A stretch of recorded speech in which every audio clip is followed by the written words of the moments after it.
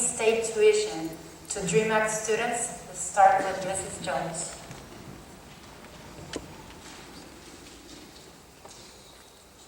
We're skipping our, okay, all right. I'm sorry. Just wanted to make sure we weren't being held to the numbers we drew. Take anybody's turn.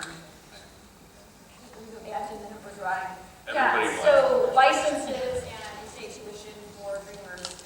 The governor has already signed an order that gives the specific prohibition for driver's licenses and some other benefits for Dream Act kids. And to the extent that the state is saving money on state expenses that are being given to people who are citizens of other countries, I'm in favor of that. Nevertheless, I do think any way we can put people to work that saves resources and contributes resources back into the economy, we have to pursue those avenues. This makes a lot of sense. And I also think that the Board of Regents now is probably moving in the direction of in-state tuition for Dream Act kids, and that's obviously going to be something that they decide.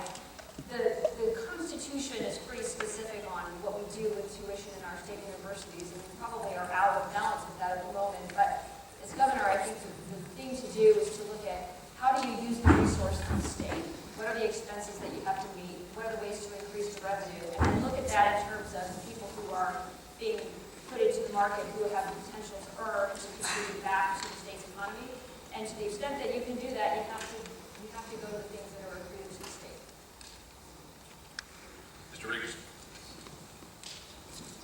I very strongly support Governor Brewer's ban on driver's licenses for Dreamers, or whatever term we're going to use. The fact of the matter is, for illegal immigrants or individuals who illegally entered our country. Very strongly support her ban. And the only special dispensation I'm willing to make for a Dreamer, and this is the veteran in me speaking, is if they're willing to step forward, volunteer to serve in our all-volunteer military, and perform honorable service and be honorably discharged. I think that is the only exception to the laws that are firmly in place. And again, I'm reminded of the constitutional oath that I took when I enlisted in the United States Army. I'm reminded of the constitutional oath I took when I was sworn into the United States Congress. That oath is very simple, ladies and gentlemen. It says you will protect and defend the Constitution of the United States against all enemies, foreign and domestic. You have to uphold the rule of law. It's outrageous. It's outrageous that the Attorney General of the United States, the Chief Law Enforcement Officer of the United States, suggests that the illegal immigrants who have recently, part of the border surge, come into our country, should immediately start hearings to avoid deportation procedures. We have to restore the rule of law in our country. That's the first step, by the way, to restoring a good bilateral partnership with Mexico and Central American countries, which, by the way, last year received over $400 billion in federal taxpayer foreign aid. Mr. Smith.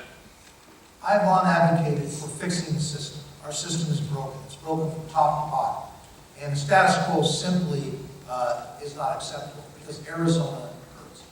We get damaged more than anyone else. The fact that we're talking about these, to me, are sideshows.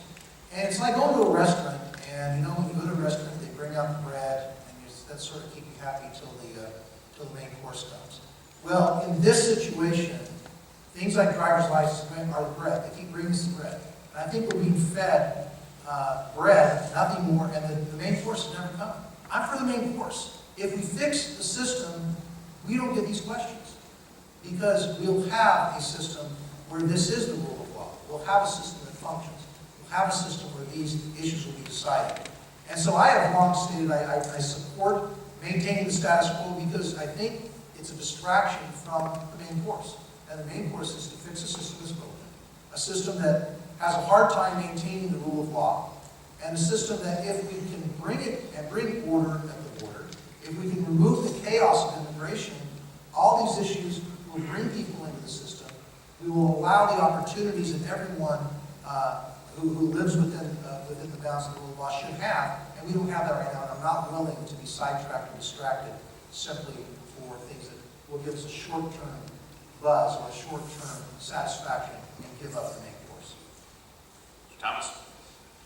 Well, I oppose both measures. I don't think that we need to be giving driver's licenses to illegal immigrants, and we certainly don't need to be subsidizing illegal immigration by giving in-state tuition grants.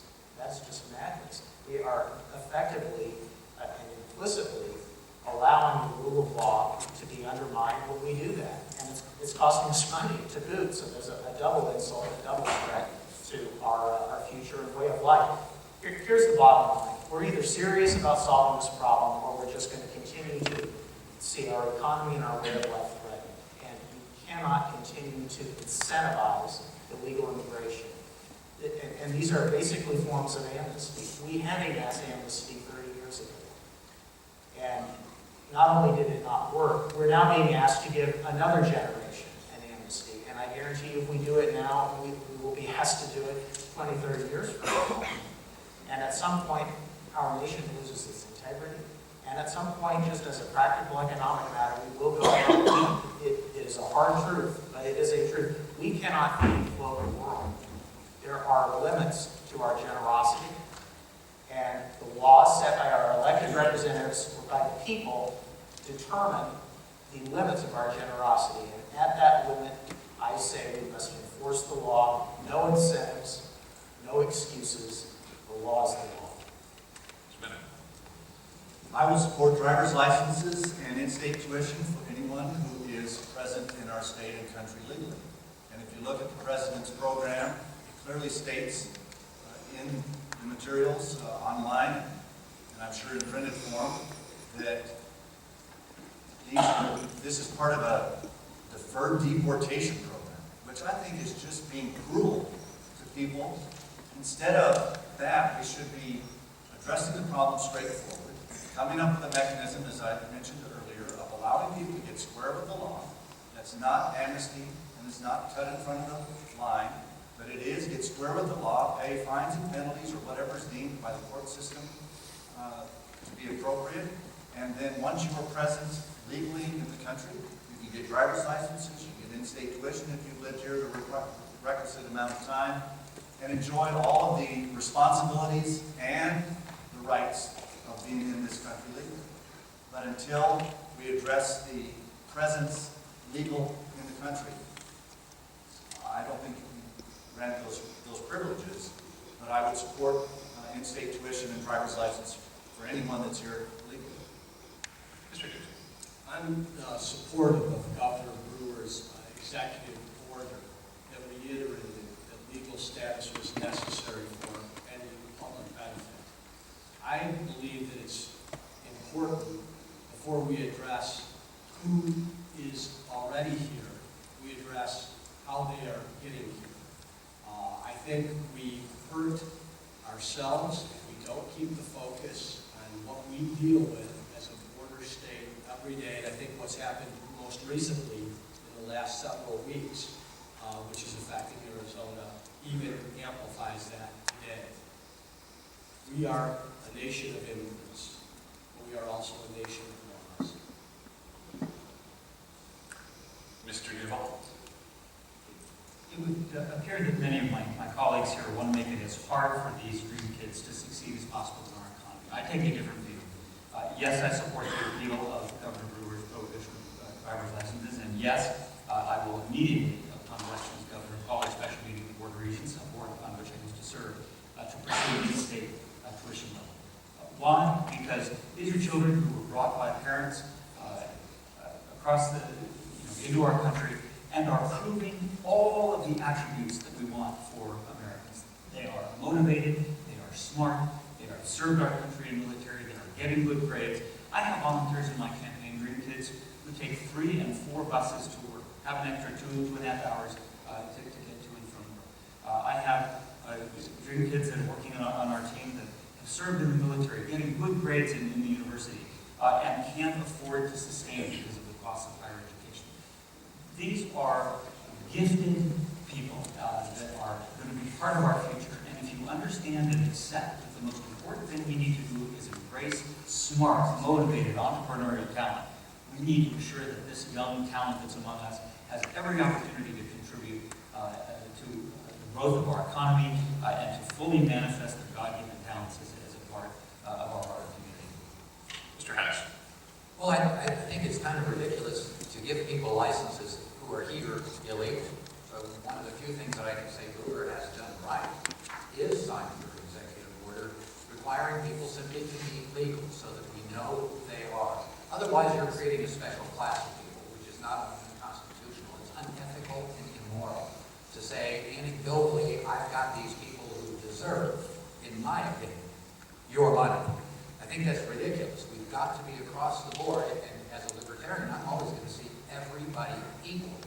That's what it is, not distinguishing one group for another. So the real problem goes beyond and back to the immigration situation, where we can allow people to be here legally without becoming a citizen or without tying down the public generosity on the public dole. I think it's important that if somebody wants to come to America to enjoy all the benefits that we all have had, that they should work for it, just like we did and just like every generation before us.